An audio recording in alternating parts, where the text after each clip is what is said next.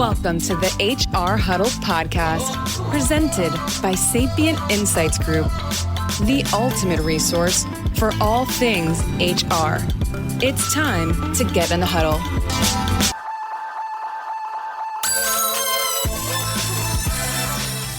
Welcome to Spilling the Tea on HR Tech, where we focus on the hottest HR tech news everyone needs to know to be in the know. We break down the news of the week and help you make sense of what it means for our industry and how it can impact your organization. I'm your host, Stacey Harris, Chief Research Officer and Managing Partner for Sapient Insights Group, a research and advisory firm. And joining me today for the conversation is our co-host, Cliff Stevenson, Director of Research and Principal Analyst for Sapient Insights Group. Welcome to the show, Cliff. What varieties of tea do we have to spill today? We have an assortment of both local, national, international tea. We got it all. We've got a little bit of oolong in there, a little bit of, breakfast tea. We'll go for it. Okay. We got some homebrew. All right. We're going to talk a little bit about some news from Visier, some stuff that we wanted to get through last time, but again, there's a lot of news. We're going to talk a little bit about what's going on here at Sapient Insights Group. We have had a very busy couple weeks, and I think there's a lot of interest there. Talk about a little bit with Workday, about the newest jobs report, UKG's sort of additional color on that. If we have time, we'll talk about some news out of Beamery and also some general news that's going on in HR tech. We're seeing a lot of interest from sort of more, larger publications. There's a lot of interest in these sort of topics that we're talking about, and we'll go in through some of that. Well, it sounds like a lot of different topics. And I want to say, we've talked a lot about UKG, Workday, the big guys for the last couple of weeks. Come on, small guys. I'm waiting for you to make some big news. Give us some good acquisitions. Give us some good topics. Send me some interesting conversations, and Cliff and I will have them. So, yeah, but exactly. But the starting point is Visier. We were talking about them last week. What are some of the things that because they added to the conversation? It wasn't just what we had last week that we were going to cover as well, wasn't it? Yeah, and we'll talk about a little bit about what we were going to cover last week, which was Visier's sort of people analytics program expansion. People Essentials is what they're calling on it. So it kind of gives a easy on-ramp, right, for organizations to kind of begin doing people analytics. It has been a journey, this whole HR analytics life. It used to be where I had to kind of explain some basics when I was talking about it. And now I feel like those people have far surpassed anything I could know, and I'm playing catch up, right? But there's a lot there on just, sort of out of the box solutions, benchmarking, just getting quickly up and running. And I really like this because it's for kind of all size and types of organizations. There's really no type of company that can't benefit from having more insights into their people and the kind of work they're doing. Yeah, this was when I walked through this a couple of weeks ago. And like I said, we touched on it real briefly last show, but we didn't get a chance to really delve into it. The idea, I've often heard that organizations haven't been able to make much headway with what we would call the pure play analytics platforms inside, particularly for the HR function connected to their HR applications, because you kind of taking a boil the ocean approach. You had to pay so much for the software. You had to pay so much to get started, when really most organizations we know start their journey in analytics for the HR function with a few key metrics, a few key areas where they start showing the data. They get more buy-in from the organization. They get more understanding about what that data means, where it's being, added to from. And then they go into sort of building out more capabilities and more. So it's really hard to get that buy-in for that big software buy. And yet it's really hard to get started without something that maybe helps you walk through that process. And so what Visier seems to be doing is they've basically, like you said, cut down their solution into almost bite-sized chunks that can be bought and added to over time, which we've seen in some sort of HR capabilities and other HR solutions. It's the first time I've seen it quite this way in an analytics platform, a primarily focused analytics platform. And I think this is important. It also mirrors a little bit what we're seeing in that sort of talent intelligence space as well, which is a little bit more bite-sized concept about getting data and analytics brought in or just around the talent acquisition oftentimes side. So I'm excited to see this because I think Visier, this will open up analytics for a lot of organizations who probably thought it was more expensive and more complicated than they have the capacity to handle. And so we'll see where this goes. So, and then they also had some insight about expanding right now, right? That they're going beyond they've always sort of worked with international organizations because they worked with a lot of multinationals, but they are opening up a new headquarters, aren't they? They are. This is brand new news. Just yesterday or today, they are going into Singapore. They're going to have a regional headquarters there. This really shows, I think, something that you had noted and that we've seen in our research, that the Asia Pacific region is a very quickly expanding in terms of their HR capabilities, especially when it comes to becoming a strategic HR partner. And part of that, of course, is having the data, being an evidence-based organization. And I think this is all part of that sort of grander picture that you had picked out from our data, from last year's report and really from the last few years, showing a growth in that area of the world's adoption of a more strategic mindset to HR overall.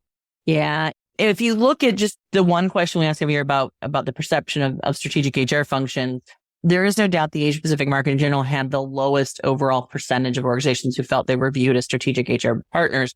That was below almost 30% in some cases, compared to sort of 44 and 46% in the other regions. But it was a smaller subset of our data overall.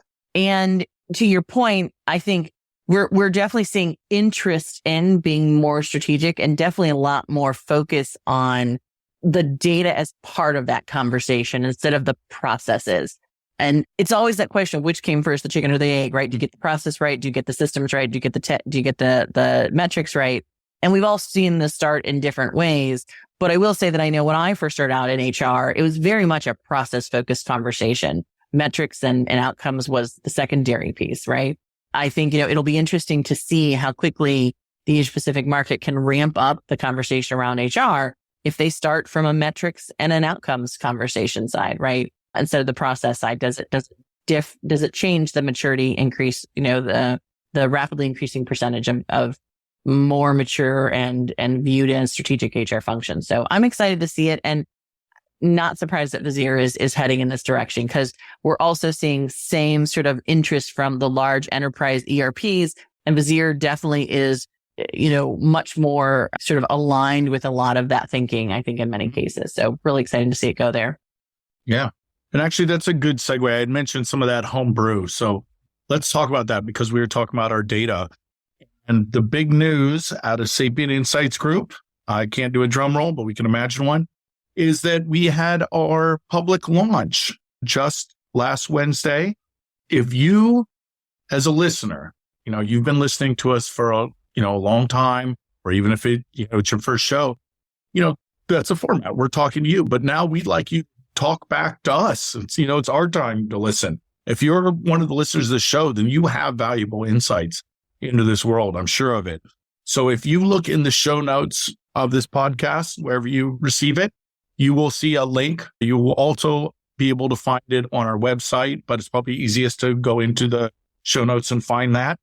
And, it's really important because not only is it part of our aggregate data, but when we are working and we are with a vendor, we are able to share your direct comments, sometimes in your own words, if that's sort of field and sort of area we're looking at.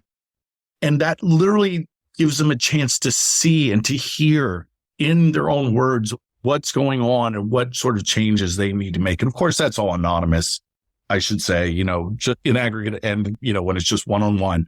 But still, it's an extremely powerful tool. Stacey, I know you and I were just talking, agreeing before this about, that it's really a two-directional thing too, right? It's not just that we're giving the vendors that feedback, right? But they can kind of talk back on that, and give feedback on that and help you as a listener or as a buyer, make better decisions as well. It becomes a more human conversation. Yeah. I've been in the research for a long time. And so many people know I've got a history. I worked at Person and Associates for many years in Brandon Hall. Same with you. You visionary for CP in Brandon Hall. And before that, I was a practitioner. And there's been a couple of things that I really, really found important when I started working at what was here Cedar and now what is the research that we're doing here at Sapient Insights Group. And one of the things that was really important to me as a founding member of the Sapient Insights organization was that, we really valued the voice, right? Because when I was a practitioner on the ground, I can't tell you how many times, I would be told from an executive, just buy the product. I went and had golf with somebody and this was the right product, just go buy it. And so you're stuck oftentimes with an application, or even if you've done all the really good work and you did all the RFPs, you did all the things, and you bought the product and it just didn't quite meet up to the needs, or it was really great, met your expectations, was better than you expected, but you didn't have a voice for that either, right? Like once you're in the process of doing that work, it's so often that you find that you might get a survey from that vendor that kind of says, tell us what you think and how you're thinking. And almost all vendors do that now where they want to get customer feedback. But it's very much in the context of working with that one product or that one module. And the nice thing that I really felt it was important about what we were doing at Sapient Insights is that we continued the history and the long-term approach we'd taken to do one survey a year across all the application areas so that when we got that data, we could give you that holistic look. We could talk about the fact that, yes, they're having these challenges, but it's also maybe because they're leveraging this module versus that module, or because, they're this size of an organization versus that size of an organization, right? Like we could give context and dimension and capabilities around that data. And to me, that's been the most exciting part. It's definitely the hardest part of what we do because it means we have to have really clean data. It means we have to spend a lot of time sort of digging and slicing and analyzing that data. And we have to understand the technologies. And that's part of a lot of why you and I both go to these events and work with the vendors is to make sure we understand what they're providing so that when we get the feedback, we can make sense of it. But it is a powerful tool to be able to, even if you change one or two screens, that is impacting the lives of thousands of employees, we've made a difference. If they take off that annoying button or they change how they use the terms or the customer service care get altered slightly, it can impact everybody's day-to-day work. And that to me is a really powerful thing that comes out of the work that we do. So yeah, my little bit of a soapbox. So thank you for mentioning it. Surveys live. They can access it on the website right now, right? Well, yeah. And if you like that ideas that Stacey's talking about, I know that, we don't want to do like shameless self-promotion here, but you're going to be keynoting at HR Tech this year, which I'm very excited about. I hope everyone else is too. Now that's going to be Friday morning, saving the best for last, you and Gina Davis. It's going to be, I'm not saying they're going to be on together. I'm not saying they're not. You'll just have to be there and make sure. But make sure you plan your flights accordingly. Make sure you make that. If you like these ideas and the things we're talking about, that's what we're going to be doing. But it's going to be with all the new data and all the new information that we have, because it will have closed. Our survey will have closed before that. So, get your voices in and be a part of that keynote in a way. Yes. Yeah. I will have to say, I'm honored, as always, to keynote the HR Technology Conference, which comes in the fall in Las Vegas. There's many conferences out in the market that I'm honored to speak at and be part of. You are as well, Cliff. I know you attend a lot of things. But the HR Technology Conference was kind of my start. That was the first big conference I went to in our industry. It was the one where I got a chance to understand the difference between what an analyst did versus a researcher versus, influencers and how all that fit together in the market and how important each role was. So I have a bit of a soft spot for the conference. And it's also where I've made some of the best and dearest friends I have in my life, right? People who I now can call on for almost anything that I need in my day-to-day life. And so it is a bit like going home for a week to get to see everyone.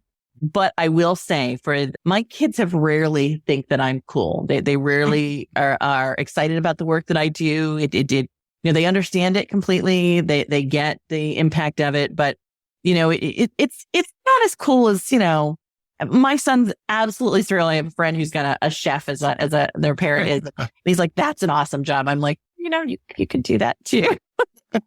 But I sent an image just because I had to of the sort of keynote picture with me and Gina Davis right next to each other, and then Josh Burson and Mark Buckingham. And I just, zipped it off and said, does this mean your mom's cool now here? And it was so funny. My son, my oldest son came back and he's like, Mom, this is awesome. We know her. This is cool. So I'm now in the cool mode for my kids, and they're a little older. So I felt, very, that made me smile this week. So no, that's great. I would say you're in a league of your own. Yes, that's right. Tongue in cheek for the movie. Thank you. Yes. Yeah. So we've got kind of, running up a time. So I'm just going to go through a couple things really fast. Workday has a new CFO, Zane Rowe, coming out of VMware, 20 years there. There was the jobs report. Now that's, of course, a major one. That's through the Bureau of Labor Statistics. And I will kind of sum up by saying that it was very positive. Basically, gains across the area, just jobs up overall. Regionally, employment was up in 40 and unchanged in 10, with the strongest gains being Nevada, Texas, and Florida. Now, Florida, as a resident, I can say is probably because of something else. The UKG, with their data, kind of chimed in and wanted to add a little color to that. So they were going across some of the industries.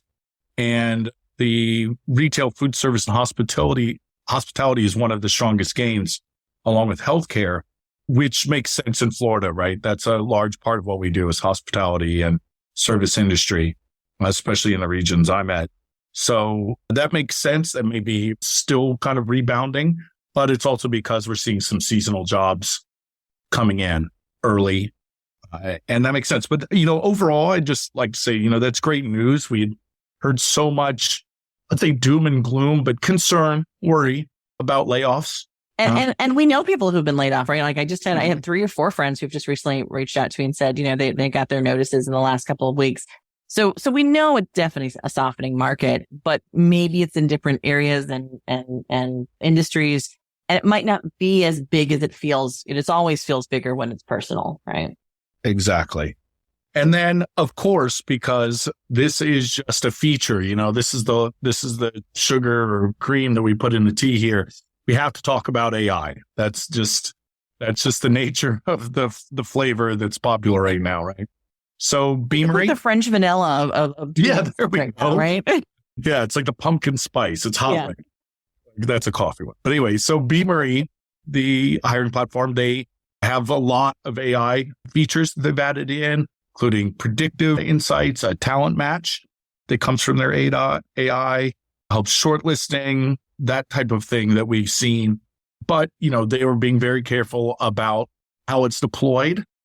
And that kind of led into an article that I saw in Forbes that came out titled "Why HR Should Remain One of the Functions with Lower AI Usage."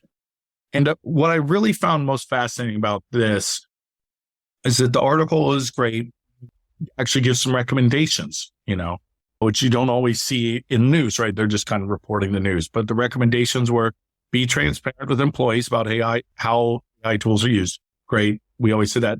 And the most relevant one I thought was their other recommendation, which is stay up to date on the latest developments in AI. So, you heard it from Forbes, folks.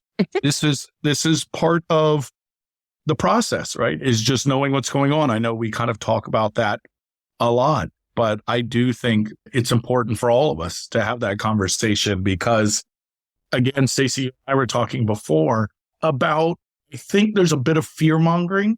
I think you would agree about AI and what it's doing without really talking too much about what its real impact is. Do you agree with that, or would you want to expand on that? I mean, I think there's a lot of people sort of making a lot of money right now off of both the upside and the downside of artificial intelligence. And as all things, I think, it's fear should not be driving decisions at any level, but it does a lot of times, right? What we would love to see is that people take that fear and use it to educate, to get more information, to spend the time understanding, what's really happening. I think along the same lines, we saw, an article coming out of Forrester's recent work predicting that the top security threats going forward in 2023 were going to be from generative AI to geopolitical tensions, right? there's no doubt that generative AI and the changes that are taking place is going to have an impact on our world. And the one thing that I tell people is that if it's going to impact your world, you definitely don't want to hide from it. You want to make sure you're educated, but you also don't want to be the first to use it without a clear understanding of what you're getting into. And so I think that it's important for us to have some honest conversations about it. So. Absolutely. And, we're seeing kind of the last article. And again, all these will be in the show notes as always. If you want to take a look at any of this, there was a report we saw about how HR managers felt about ChatGPT generated resumes, CVs. Mm-hmm. And it said 39% of HR professionals consider if you had made your resume using AI technology, that was a deal breaker, meaning would notice it and they'd say you're out.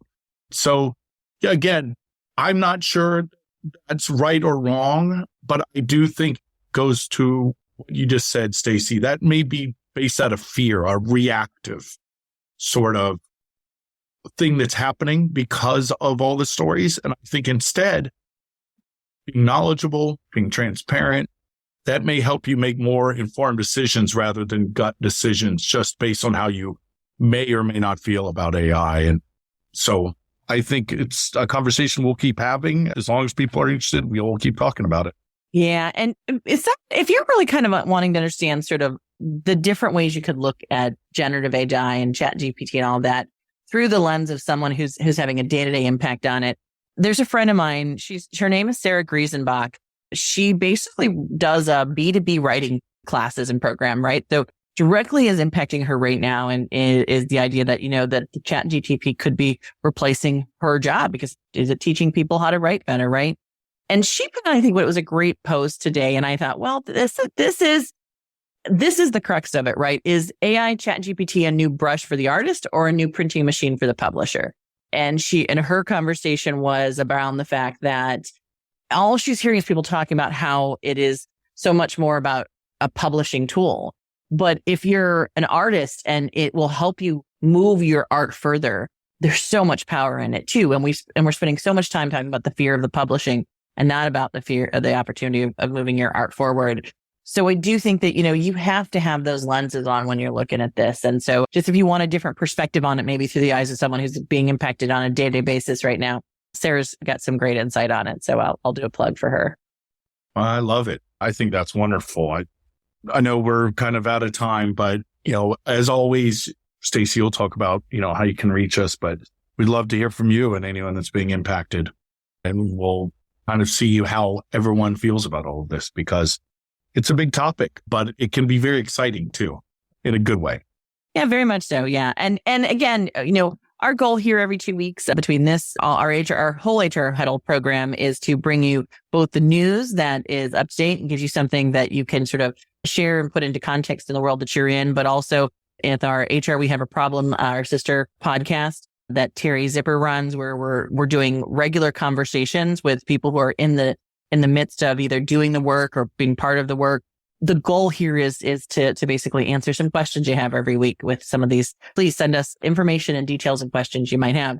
So just kind of wrapping up today. What a great conversation, Cliff. We're going to have more of these. I love it when we get into these philosophical. We have a little bit of time to do the philosophical conversations, but a couple quick reminders for our listeners. It is survey season. As we mentioned, you're going to hear a lot about it. We'll keep pounding the ground with this until July 1st is the date that the survey wraps up this year. So it's available. Anyone who uses or buys their HR technology systems and would like to have a voice and share their feedback can go to our homepage. And we'll also leave a link in the show notes here so you have access to it. There you can also access all of our on our website. You can also access all of our research, including our new HR in Action report, how SMBs are using HR technology to thrive, written by our very own Cliff Stevenson, as well as our full annual HR system survey white paper. Both are exciting papers that we've got out and available for people to download. The SMB paper is only available for a few more days, so I would definitely get to that quickly. Also, if you are interested in getting more in-depth data or support in your HR strategy journey, just drop us a line at info@sapientinsights.com to schedule some time to chat. And also sign up for our newsletter to get ongoing updates on the research launches, where we'll be speaking or visiting, and when you can participate in our annual survey, as we just talked about. If you're enjoying these episodes and you'd like to help support the podcast, please subscribe and leave a rating and a review where you grab your podcast. It makes all the difference. We're learning about all of this. I've been doing podcasts for over 5 years, but now that everybody's doing it, reviews are such a big and hot thing. So I think it's important to ask for that. If you guys have a moment to do it, we really appreciate it. I won't guilt you into it. I just did a whole TikTok thing someone did where they were like, I know that if you really like me, you'll put a review. I won't do that to you. To stay up to date with immediate breaking HR tech news and get all the behind the scenes content, you can follow us at Sapient Insights on LinkedIn or Twitter, as well as Instagram. We do have fun images on Instagram, but it's definitely not a big news outlet for us. And then just a quick thank you, Cliff, for, as always, pulling all this data together every week, coming up with the important information that we should be talking about. Thanks to our production team, including Brand Method Media Group, who helps us produce our podcast, run by our amazing founder, Kelly, and our marketing team, Lisa Renko and Zoe Britton, who make sure that all of this is made accessible to everyone who wants to see it and hear it. And most importantly, thanks to our listeners and community. We couldn't do this without you. We love to hear from you.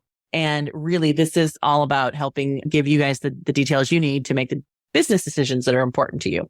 So that's it for this episode of Spilling the Tea on HR Tech. We hope it's been just the brew you needed to start the engines running this week. We'll be back in 2 weeks with another pot of boiling hot HR Tech updates and insights. Bye, everyone.